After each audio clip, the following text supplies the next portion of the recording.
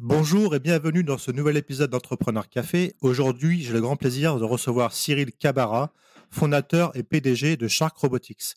Bonjour Cyril. Bonjour. Alors Cyril, la traditionnelle question pour ouvrir le podcast, est-ce que tu pourrais nous présenter Shark Robotics? Bien sûr. Alors Shark Robotics est le leader de la robotique terrestre, en milieu hostile. Donc c'est une PME d'une cinquantaine de collaborateurs basée à La Rochelle et qui conçoit et fabrique des robots, destinés principalement à éloigner l'homme du risque, notamment dans la sécurité incendie, dans la défense ou encore, le domaine industriel qui est celui du domaine du nucléaire et du spatial. Et vous avez été créé quand? Alors, c'est une entreprise qui a été, créée en 2016. On était à peu près une dizaine de collaborateurs et aujourd'hui, on est, une cinquantaine de collaborateurs et on recrute, à peu près 20 personnes chaque année. Donc on prévoit, voilà, 60 recrutements sur les 3 prochaines années. Et du coup, quand tu dis milieu hostile, c'est en gros l'idée, c'est de remplacer des conditions dangereuses pour l'homme par l'intervention d'un robot, c'est ça? Alors effectivement, le facteur essentiel est d'éloigner l'homme du risque, donc dans les milieux risqués, hein, qui sont celui de la sécurité incendie, le monde de la sûreté, le nucléaire et le spatial. Il y a 3 gros, en fait, KPI, hein, sur la robotique de sécurité incendie. Quand on prend un robot, par exemple, un robot pompier, l'objectif, effectivement, c'est d'éloigner l'homme du risque. Donc le sapeur-pompier va rester à l'extérieur quand, par exemple, vous avez un feu d'entrepôt, hein, qui arrive, de manière assez commune. On a des risques d'effondrement de la structure au bout de 15 minutes. Donc le robot va à l'intérieur, au lieu que ce soit le pompier qui y aille, trouve le point chaud, fait une frappe chirurgicale et ensuite ressort. Ce qui permet en fait d'être plus efficace dans l'opération, de consommer moins d'eau et de protéger aussi ce qu'on appelle les assets de l'entreprise, à savoir les stocks ou encore le parc industriel. Voilà, donc il y a trois axes, hein, qui vont être la protection de l'homme, l'efficience de l'opération et la protection de la ressource en eau. D'accord. Donc c'est à la fois sécuriser des personnels et puis aussi empêcher des dommages qui pourraient entraîner des pertes financières pour les entreprises ou les collectivités, quoi. Exactement, que ce soit dans une entreprise, un parking souterrain, que ce soit un entrepôt ou encore des sites industriels de type Cveso, hein, tout ce qui est oil and gas, tout ce qui va être raffinerie, sites chimiques, voilà, tout ça, quoi. Donc on reviendra plus en détail sur Shark Robotics, vos projets, les secteurs applicatifs. Mais là, maintenant, ce qui m'intéresse, c'est de parler de toi, Cyril. Quel est ton parcours? D'où tu viens et d'où t'es venue l'idée de créer bah, justement Shark Robotics en 2016? Moi, j'ai grandi dans le 95 où je suis, originaire. Ensuite, très rapidement, je me suis orienté, en fait, vers l'institution militaire. Donc j'ai eu la chance, en fait, d'être, voilà, de passer des tests et de rentrer dans une unité, du renseignement où j'ai travaillé pendant 9 ans. Sur le terrain. Donc j'ai eu la chance de faire plusieurs déploiements, que ce soit, en Afghanistan, en Afrique et cetera, et j'ai eu la chance, je dirais, de côtoyer, voilà, des milieux, intéressants où, je pouvais voir effectivement différents laboratoires qui nous proposaient de la robotique sur le terrain. Avec, essentiellement des choses super, hein, avec effectivement, beaucoup d'intelligence artificielle, des programmes très intéressants. Malheureusement, quand on le mettait dans les conditions d'un militaire, hein, donc c'est à savoir, la boue, le froid, la pluie, toutes ces conditions-là, très rapidement, on avait une machine qui ne tenait pas la route. Donc, en quittant l'armée, en fait, hein, moi, après 9 ans, de bons et loyaux services, j'ai repris un MBA en intelligence économique. Le but étant, en fait, de calquer ce que j'avais appris dans le domaine militaire vers le modèle économique, hein, donc le cycle du renseignement, capter l'information, l'utiliser, l'analyser, pour aller chercher de l'efficience et notamment dans le domaine économique. Et j'ai fondé ensuite en 2016 cette structure en ayant la conviction que la robotique peut aider et doit aider l'homme dans les domaines dangereux, que ce soit celui effectivement de la défense, que ce soit celui de la sécurité incendie, ou encore les domaines complexes, hein, quand on a effectivement dans le domaine du nucléaire des radiations élevées, on ne peut pas envoyer d'hommes, ou encore dans le domaine spatial. Donc le but, c'est vraiment de ne pas voir la robotique, comme on le voit un peu trop souvent malheureusement, en opposition de l'homme, en disant la robotique est là pour, oui, va prendre de l'emploi. Pas du tout. Nous, on a vraiment un ADN où on pense que la robotique, enfin, on est pour la collaboration homme-robot. Et il y a d'ailleurs une récente étude du MIT, hein, qui a montré que la collaboration homme-robot est 85% plus performante qu'un homme seul ou un robot seul. Donc voilà, c'est pour un petit peu retirer ces écueils, je dirais, du monde de la robotique. Donc voilà pour mon parcours. Et du coup, bah, plein de questions qui me viennent quand tu nous racontes ton parcours qui est déjà riche et varié. Quand tu dis renseignement, est-ce que ça veut dire plutôt force spéciale ou plutôt type DGSE? Ça, c'est ma première question, sans rentrer forcément trop dans les détails. Et puis, est-ce que tu avais déjà la fibre entrepreneuriale quand tu es rentré dans l'armée? Ou est-ce que ça t'est venu au fil du temps en voyant des cas d'usage concrets sur le terrain où tu t'es dit: «Ah bah tiens, il manque ce type de robot, je pourrais peut-être lancer ma boîte. C'est un mindset effectivement qui vient. Alors pour répondre à la première question, en fait, j'étais dans un régiment spécialisé avec du renseignement tactique et opératif sur le terrain pour effectivement répondre à un donneur d'ordre, quel qu'il soit. Donc je suis désolé, mais je vais rester un peu flou. Oui, bien euh, sûr, non, je comprends. Sur des théâtres d'opération, et donc que ce soit apporter de l'information stratégique opérationnelle sur des personnes, des objectifs à haute valeur ajoutée pour voilà pour les intérêts de l'État. Voilà pour ce que je peux en dire. Ensuite, si vous voulez, pour répondre à la question, le mindset d'entrepreneur, il vient pas tout de suite. Il y a déjà effectivement le fait de se dire, OK, dans la vie de tous les jours, en tant qu'opérateur, que ce soit un sapeur-pompier, que ce soit un militaire, que ce soit, voilà, on se dit, bon, on peut l'aider. Donc la première réflexion, elle vient de là, elle dit comment l'aider sur le terrain vis-à-vis de la robotique. Et c'est vrai qu'après l'armée, l'institution militaire est un monde ultra intéressant en vase assez clos. Et on va dire que j'ai découvert le monde économique plutôt dans le cadre de ma reconversion lorsque j'ai fait mon MBA en intelligence économique, où là vraiment j'ai découvert tout un monde qui s'offrait à moi avec voilà, des possibilités infinies. Et de là est venue en fait vraiment la volonté entrepreneuriale en se disant ok, j'ai envie de lancer ma boîte, d'aider effectivement mes collègues qui sont encore dans l'institution ou les opérateurs de l'institution, etc., dans le domaine des milieux un peu dangereux, en apportant une réponse sur mesure. Et surtout, trouver une réponse sur le marché, puisque le but d'une entreprise, c'est qu'elle puisse se développer sur une logique assez darwinienne. Hein, faut vendre pour survivre. Et donc, voilà, j'ai très rapidement lancé cette structure et avec une équipe de jeunes ingénieurs, de talentueux collaborateurs, on a rapidement pu faire nos preuves puisque tout de suite après en fait le lancement de l'activité de Shark Robotique, on a eu la chance de pouvoir aller peut-être un an après vendre le premier robot pompier à la brigade de sapeurs-pompiers de Paris, qui est une unité militaire et qui a employé donc le robot Colossus, hein, qui est un robot qui fait 500 kilos et donc totalement modulable, dont le but est d'aller effectivement appuyer les hommes sur le terrain. Donc comme un gros Lego, il va être totalement modulable et ça va vraiment leur permettre d'être, je dirais, de les supplier dans les missions, de les appuyer au quotidien dans leurs missions. Et du coup, est-ce que tu parlais du MBA que tu as fait en intelligence économique? Est-ce que l'idée t'est venue à la fin de ta période à l'armée où tu t'es dit, bah, j'ai envie de me lancer plutôt dans le domaine économie, entrepreneur, etc. Et donc, tu as réfléchi à faire un MBA. Et de là, d'après ce que j'ai compris, c'est là que tu t'es rendu compte que bah, tu pourrais faire quelque chose d'entrepreneuriat. Est-ce que à ce moment-là, une fois que tu t'es décidé, je fais le MBA, entre guillemets, je m'éduque, je vois comment on fait et je me lance, est-ce qu'à ce moment-là, tu as reçu une aide de l'armée pour créer ta société ou est-ce que tu es parti de zéro et tu as dû chercher comment t'entourer?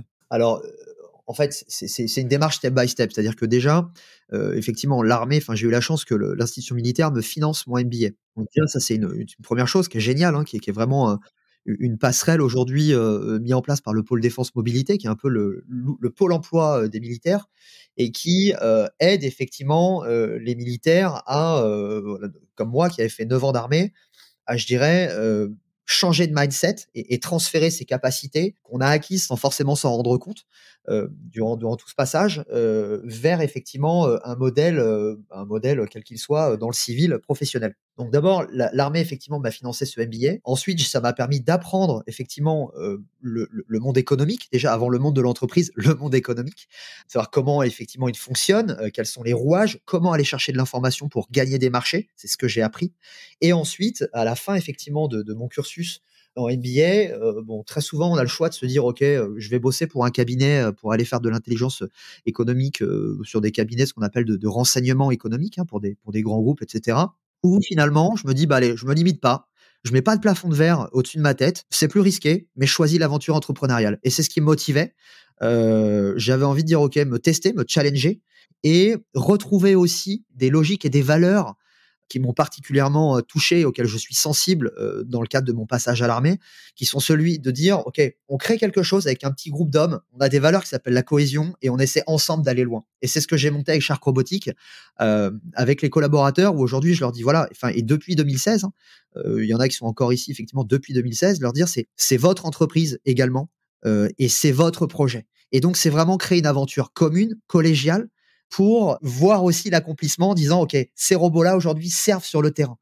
Et donc, c'est ce qui est pratique aussi avec ce qu'on fait aujourd'hui, c'est qu'on voit tout de suite et réellement quelle est la plus-value des robots sur le terrain quand on voit qu'un robot, alors aujourd'hui on a livré à peu près 80 robots dans 15 pays, mais quand on voit que des robots comme à la brigade de sapeurs-pompiers de Paris, au bataillon des marins-pompiers de Marseille, ou en France on a à peu près une quinzaine de robots en service, faut savoir qu'un robot à peu près, quand on prend le bataillon des marins-pompiers de Marseille, fait à peu près 80 interventions par an.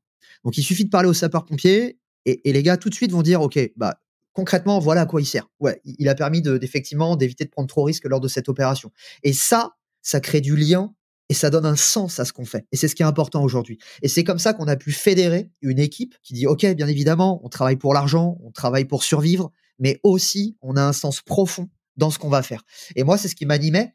Quand j'ai servi la France, j'ai travaillé pour le drapeau. Et c'est ce qui voilà, c'est ce qui m'a animé pendant ces 9 années. Aujourd'hui, je continue de le faire parce que j'ai un sens profond et on donne un sens à tous les collaborateurs de Shark Robotics, avec effectivement des valeurs fortes qui sont celles de la cohésion, l'esprit d'équipe et de se dire, OK, à quoi on sert, à quoi je me sers, à quoi je sers le matin quand je me lève.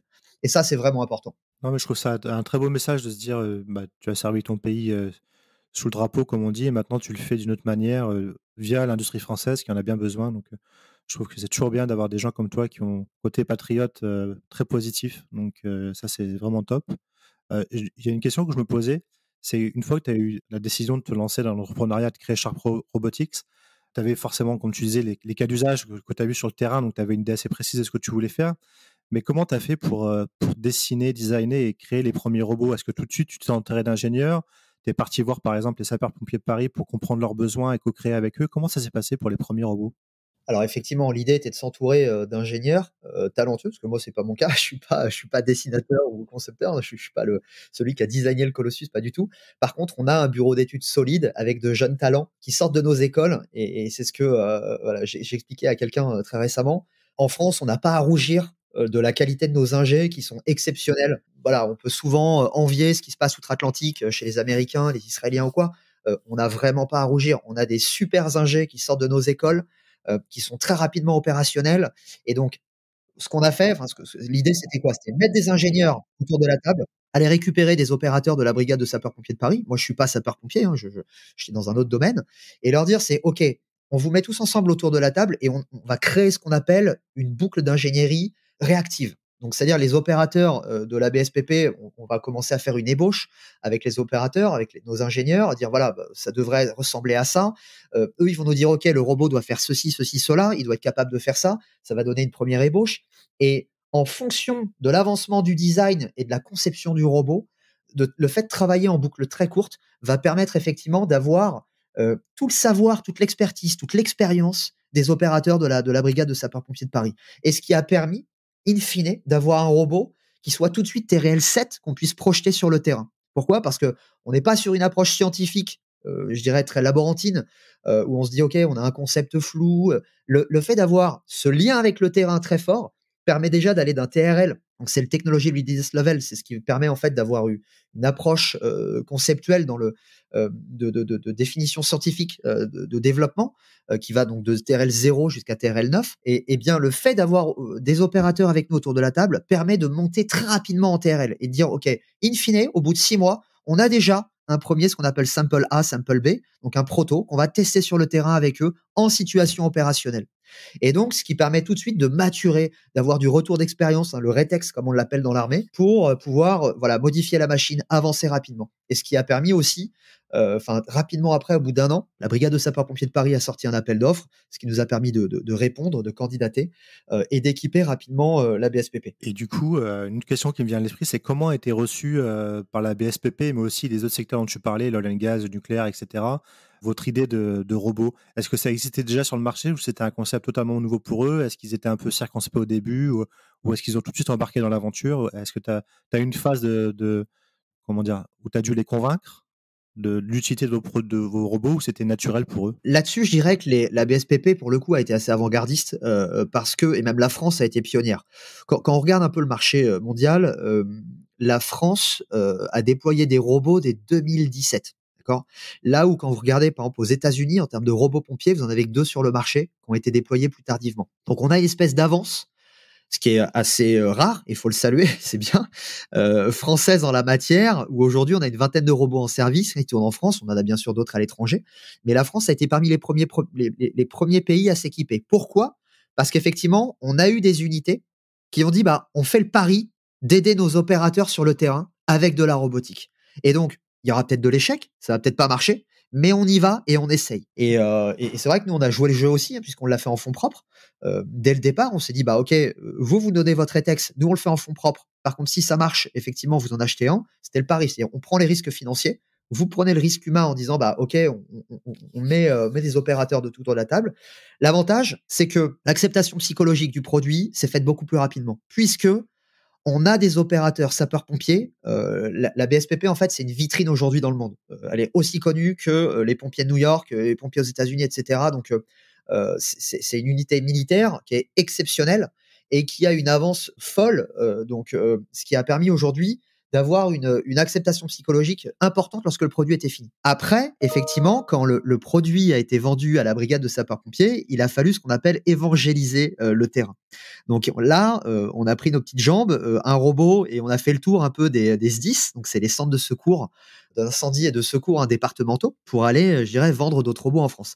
Et effectivement, les premières approches, c'était: «OK, votre robot est bien». Alors déjà, c'est positif qu'il a été développé avec l'appui de sapeurs-pompiers, mais demain, est-ce qu'il va pas nous prendre notre travail? Donc il a fallu évangéliser pour dire: «OK, la robotique est pas là en opposition, elle est bien là pour vous accompagner». Et c'est pour ça que l'aspect cognitif reste chez vous. Aujourd'hui, une machine ne pourra pas remplacer 10 ans de savoir-faire, d'expérience, d'expertise. On le voit, même si on travaille sur des robots avec de l'intelligence autonome et des robots qui deviennent full autonomes, dans des cas de figure qui sont des milieux très dangereux, comme un feu, un sapeur-pompier va faire un feu différent chaque jour, d'accord? Il n'y aura pas un feu qui va se ressembler. C'est pour ça aussi qu'aujourd'hui, on le voit, hein, que ce soit Tesla, que ce soit Google, qui travaillent sur des véhicules autonomes, c'est très difficile, même pour des entreprises qui ont voilà, des surfaces financières énormes. Pourquoi? Parce qu'on a une multiplicité des vecteurs quand on a un véhicule autonome sur la route. C'est encore pire quand demain vous dites à un sapeur-pompier: «OK, tu vas faire un feu de parking, le lendemain tu fais un feu de tunnel, ensuite un feu d'entrepôt». Les probabilités sont immenses et donc les cas de figure sont démentiels. Donc on va travailler sur de l'intelligence artificielle, mais sur ce qu'on appelle des briques embarquées pour faire les tâches à faible valeur ajoutée. Mais in fine, c'est bien l'aspect cognitif du sapeur-pompier ou de l'opérateur quel qu'il soit qui changera le cours de la bataille. Et donc ça, c'est très important que ça reste, je dirais, dans la tête de l'homme. Et donc, en leur expliquant ça, en évangélisant, leur disant: «Voilà, c'est là pour vous aider» et cetera, et ensuite testez-le. Bah, très rapidement, en fait, les KPI, hein, les indicateurs de performance étaient bons et ils sont aperçus effectivement que les 3 vecteurs sur lequel quelle était l'utilité d'un robot, bien sûr, de protéger l'homme, hein, dans les feux et cetera, de pas trop l'exposer, de moins l'exposer plutôt, d'être plus efficace sur les missions et surtout de consommer moins de ressources. Voilà, moins de ressources en matériel, en humain, mais également en eau. Et donc, ces indicateurs de performance-là, aujourd'hui, ont été relevés. Et c'est pour ça que maintenant, après avoir évangélisé le marché, je dirais, en B2J, donc en vendant aux pompiers, au gouvernement, etc., à l'étranger, maintenant, on commence aussi à beaucoup à vendre dans le domaine du privé. Donc, des entreprises de l'oil and gas, des entreprises du chimique, des entrepôts, des parkings souterrains, qui sont intéressés en se disant, bah, finalement, je veux protéger mes assets, je veux protéger mes hommes et je veux consommer moins d'eau. Ouais, je trouve ça ouais, hyper intéressant. En fait, si je peux résumer dans mes mots à moi, vous êtes parti dès le départ avec l'idée de collaborer avec les clients finaux qui, pour le coup, étaient les sapeurs de pompiers de Paris. Vous n'êtes pas dit on fait nos robots dans notre coin, puis après on en présente une fois que c'est fini. Vous avez vraiment joué sur l'aspect humain, collaboration. C'est ce qui vous a permis de faire tomber un peu les barrières psychologiques ah, ouais, c'est un robot, il risque de me remplacer. Et finalement, ils se sont rapidement rendus compte de l'intérêt du robot pour eux et que c'était plus un équipement qui allait les aider à faire mieux leur travail, à leur faciliter la vie plutôt que de les remplacer, quoi. Donc, je trouve ça intéressant comme approche. Vraiment aller partir du terrain au mieux de partir bien en tête sur un projet sans avoir validé au préalable avec les parties prenantes. Effectivement, enfin, c'est un impératif fort, hein. J'ai moi-même été dans les forces. Il y a rien de pire, quand on est sur le terrain, dans la boue tous les jours, qui est un VRP, effectivement d'une Un entreprise. costume cravate, Voilà, un monsieur cravate qui débarque en disant: «Les gars, j'ai la solution à vos problèmes, bougez pas, je la sors de mon tiroir».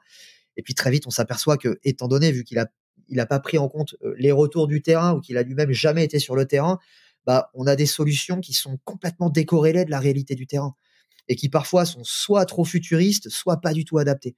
Donc l'idée, c'est vraiment de dire: «On part de feuille blanche avec vous, expliquez-nous vos problématiques, on les décline, on y répond et on voit effectivement tout au long de la conception si ça continue de répondre à vos problématiques et est-ce que ça part dans le bon sens. Quand on travaille dans des milieux aussi spécifiques, on n'a pas le choix. Et du coup, tu disais que donc avec les au début, vous êtes concentré sur le comme tu dis, le B2G là, donc les gouvernements, les agences, comme enfin les sapeurs-pompiers et cetera, que maintenant vous commencez, à vous, diriger aussi vers le privé. Est-ce que pour le privé, ça a été pareil? Ça a été bien reçu par le marché? Est-ce qu'ils avaient déjà l'habitude de travailler avec des robots? Ou est-ce qu'il y a eu aussi un travail d'évangélisation à faire auprès de ces acteurs industriels? Alors, il y a toujours un travail d'évangélisation, en fait, quand on change, quand on vient, je dirais, disrupter un marché.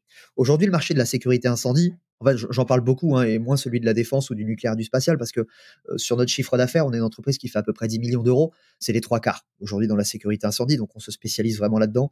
En fait, à partir du moment où on disrupte un marché, il faut quoi qu'il arrive, faut venir expliquer quelle est la plus-value de notre produit. Le marché de la sécurité incendie, c'est un marché avec des solutions un peu old fashion, qui n'a pas vraiment évolué depuis 50, 60 ans. Quand je dis évolué, je parle surtout sur les aspects technologiques. L'aspect réglementaire a évolué, l'aspect normatif a beaucoup évolué.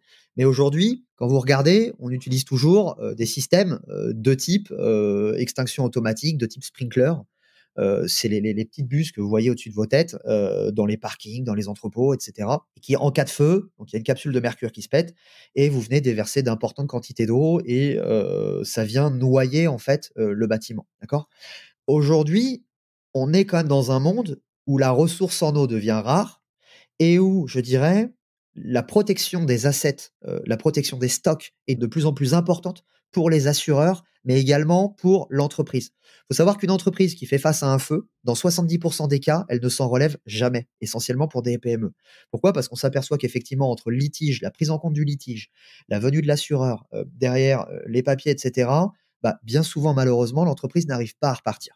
Donc il y a vraiment un enjeu économique fort, un enjeu environnemental où on dit: «OK, on doit développer des solutions qui consomment moins d'eau, qui interviennent plus rapidement et qui sont, je dirais, protectrices des hommes, de l'environnement, mais également de l'entreprise». L'idée, c'est pas de venir noyer l'entreprise complètement et que l'entrepreneur, oui, je suis dans un bâtiment de 1 400 carrés, c'est un entrepôt comme beaucoup. J'ai un parc machine qui vaut plus d'1 million d'euros. L'idée, c'est pas d'arriver, de noyer tout le parc machine et de dire: «Bon, bah, voilà les gars, le feu est éteint, merci, il y a plus rien qui marche. Super».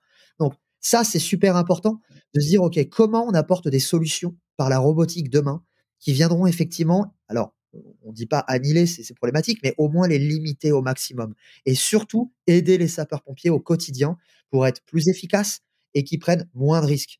C'est ça aussi quand même l'objectif, hein, c'est, le but. Les sapeurs-pompiers prennent énormément de risques. L'objectif, c'est aussi, voilà, si on peut permettre qu'il y ait moins de blessés, c'est bien sûr, enfin, on en est très fiers et il faut pas hésiter. Et du coup, tu parlais d'export tout à l'heure. Est-ce que très rapidement, vous êtes mis à exporter ces différents robots à l'étranger? Et tu t'avais parlé de 15 pays, si je me rappelle bien. Est-ce que tu peux nous citer quelques pays dans lesquels vous êtes présent? Bien sûr. Alors effectivement, sur les premières années en fait de l'entreprise, l'idée ça a déjà été en fait d'avoir des références nationales. Donc on a, pris le monopole en France et on a toujours le monopole. On a livré, donc Paris, on a livré Marseille, on a livré, de l'Île-de-France, Bordeaux, voilà, des grandes villes, de manière à avoir pas mal de références au niveau national. Ensuite, on s'est attaqué donc au petit export, hein, donc les pays en Europe, Belgique où on a livré, la Suisse, le Luxembourg belge, donc l'Italie aussi également et dès 2020-2021, on a commencé à mettre les feux sur le grand export. Je dirais donc on a livré notamment Israël, qui est un pays, vous voyez, pourtant, assez féru de nouvelles technologies, où il y a des vraies pépites en termes d'innovation. Donc ça nous a pas empêché effectivement d'équiper, les pompiers, d'Israël, d'un robot. On a livré ensuite, donc fin 2021, une livraison d'ampleur avec 15 robots, en Thaïlande. On fait aujourd'hui donc on a monté rapidement une filiale, donc qui s'appelle Shark Asia, qui est basée à Singapour avec 3 collaborateurs et qui manage en fait 19 pays en Asie du Sud-Est et aujourd'hui on fait à peu près un quart de notre chiffre d'affaires en Asie du Sud-Est, donc Singapour, Thaïlande, Vietnam. On a livré également, des pays en Amérique latine, on a livré l'Argentine dans des grosses raffineries en Argentine, l'Europe, on a livré pas mal de pays en Europe de l'Est, des pays, effectivement, voilà. Donc aujourd'hui, on a vraiment une dimension internationale. Comme je disais, on a livré à peu près une centaine de robots dans 15 pays et on continue notre internationalisation. C'est d'ailleurs pour ça qu'on vient de finaliser une levée de fonds de 10 millions d'euros. Le but étant d'ouvrir des bureaux à l'international sur des zones stratégiques, voilà, de demain pour nous. D'accord, donc votre stratégie, c'est d'ouvrir des bureaux en local et pas de forcément de passer par des agents et autres, mais de vraiment d'avoir une présence physique locale? Alors, on passe toujours par un réseau de distributeurs. Néanmoins, effectivement, ouvrir un bureau permet, de challenger au max, les distributeurs, permet, d'être là, de rassurer les end users, de rassurer le client final, donc c'est très important. Est-ce qu'on peut avoir une idée, alors sans forcément avoir un tarif précis d'un coût d'un robot? Est-ce qu'on parle de milliers, dizaines de milliers, centaines de milliers d'euros? Pour avoir à peu près une idée en tête? En fait, on a splitté une gamme, en 3. C'est-à-dire qu'on a le robot Colossus, aujourd'hui qui fait 500 kilos, donc c'est celui qui est intervenu, dans le feu de la cathédrale Notre-Dame, hein, que tout le monde a pu le voir, donc il est intervenu 10 heures à 800 degrés. Donc c'est un robot qui fait 500 kilos, mais qui a la capacité, de franchir les portes, d'accord? Donc tous nos robots sont indoor, c'est-à-dire qu'on fait des feux d'intérieur, feux de parking, d'entrepôt, et cetera. Les robots, ils sont guidés à distance ou est-ce qu'il y a quelqu'un qui est là avec le robot pour le guider? Alors effectivement, les robots sont pilotés depuis l'extérieur. L'idée, c'est donc vous avez une tablette avec un écran, du retour vidéo, des capteurs, des senseurs. Le but étant en fait à l'intérieur d'être les yeux et les oreilles du pompier. Donc vous allez avoir des capteurs pour faire du renseignement, de l'information, pour voir s'il y a des gaz.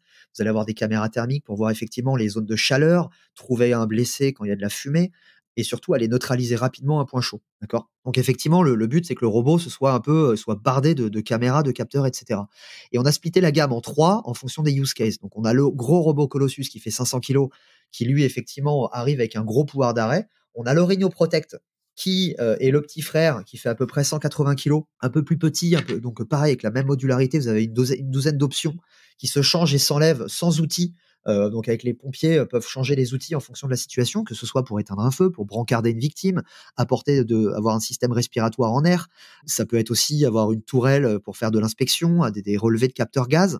Et enfin, on a le petit dernier qui est le robot Alligator, qui lui fait une trentaine de kilos et qui permet de faire, pareil, des reconnaissances, de l'inspection, mais également d'avoir un petit canon à eau de 500 à 1000 litres minute qui permet de mettre un premier point d'arrêt. Et donc, on a splitté en fait ces gammes-là en fonction des use cases, mais également en fonction des budgets. Un robot Colossus, un ROM price, on est à peu près dans les 200 000 euros. Ça varie, ça peut aller de 150 à plus de 250 selon les options. Mais on va dire ROM price, on est dans les 200 000 euros.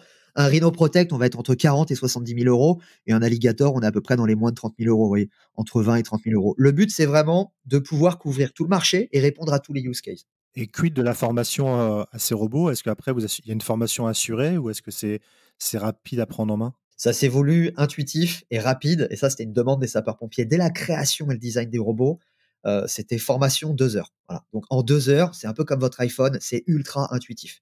Demain, un enfant peut le piloter et c'est fait pour. Il faut pas, je veux dire, quand on est sur le terrain, on a ce qu'on appelle un peu la surcharge cognitive. Que ce soit un opérateur sur le terrain, dans l'armée, dans les sapeurs-pompiers, il doit penser à son boulot, l'analyse de sa situation, comment, par où passer, comment être efficace. Donc, faut pas qu'il perde du temps à se dire merde, comment je dois opérer ce truc-là, c'est quoi, je m'en rappelle plus, et à quoi il sert ce bouton. Ça doit être ultra simplifié de manière à, je dirais, libérer les aspects cognitifs pour qu'ils se concentrent sur les tâches à forte valeur ajoutée. Donc, c'est vraiment très, très intuitif. La formation, c'est à peu près 2 heures. Ah oui, d'accord, oui, c'est vraiment intuitif alors. Ouais, c'est assez intuitif. Ouais, ouais. Ouais, c'est top, je pensais que tu allais me dire, 2 jours donc oui 2 heures effectivement, ça veut dire que c'est très simple à prendre en main. Ouais, complètement. Non, non, c'est très simple à prendre en main, donc on est à peu près sur, voilà, je veux dire, c'est quelques heures de formation et puis après un peu de pratique, hein, pour franchir des escaliers, descendre des escaliers, ce genre de choses, mais c'est très facile. Et donc, tu me disais tout à l'heure, donc vous êtes créé en 2007, 50 salariés, tu recrutes environ 20 personnes de plus par an.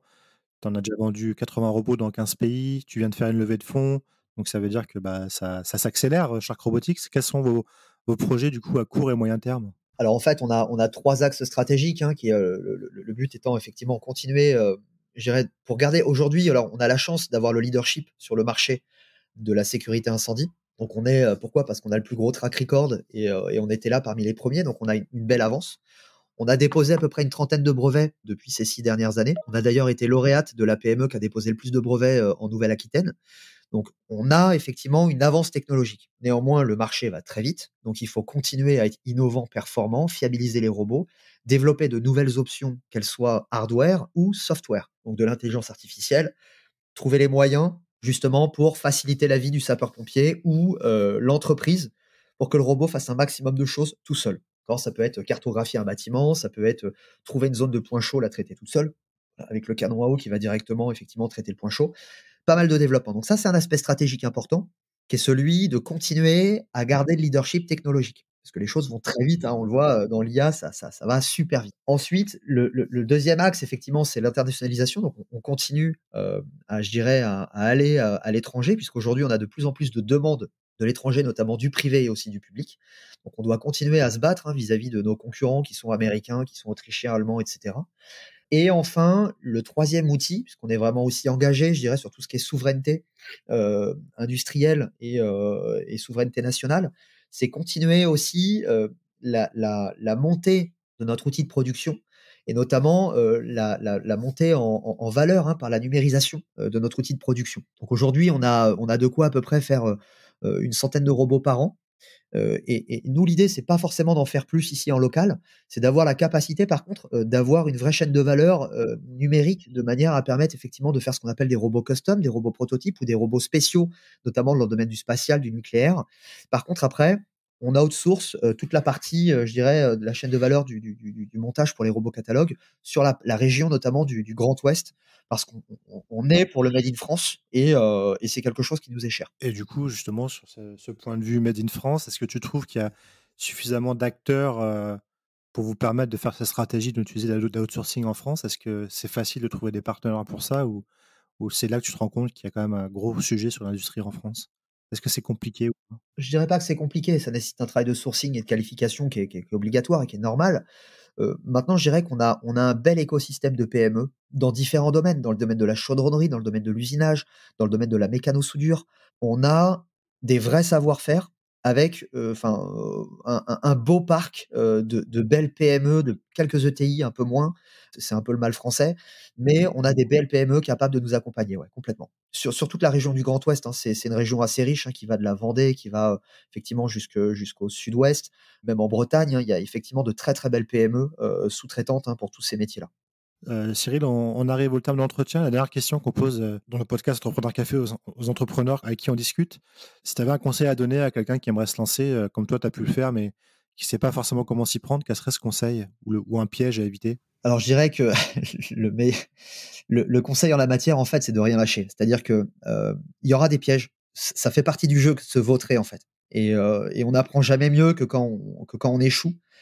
Maintenant, je dirais que la réussite, c'est d'aller d'échec en échec, comme disait Churchill, et il faut rien lâcher. Donc, c'est souvent, malheureusement, le chemin de l'entrepreneur est un chemin assez solitaire, où il faut se battre contre vents et marées. Et donc, c'est très dur au début, parce qu'on a l'impression d'être seul, de pas forcément, je dirais, on apprend au jour le jour.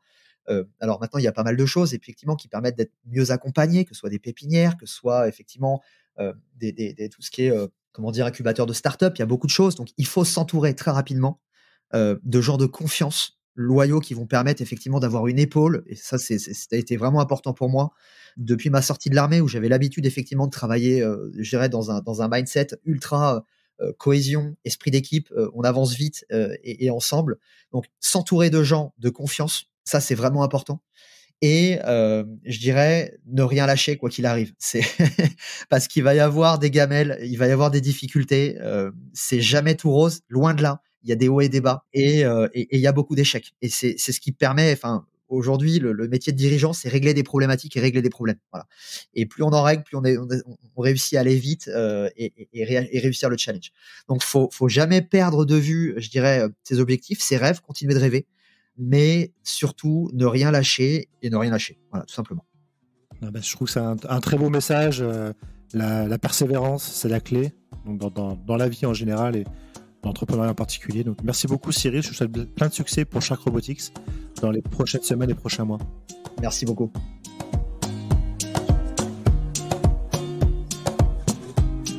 Et voilà, merci à tous de nous avoir écoutés jusqu'au bout. J'ai été ravi de vous faire partager ce moment avec cet entrepreneur très inspirant.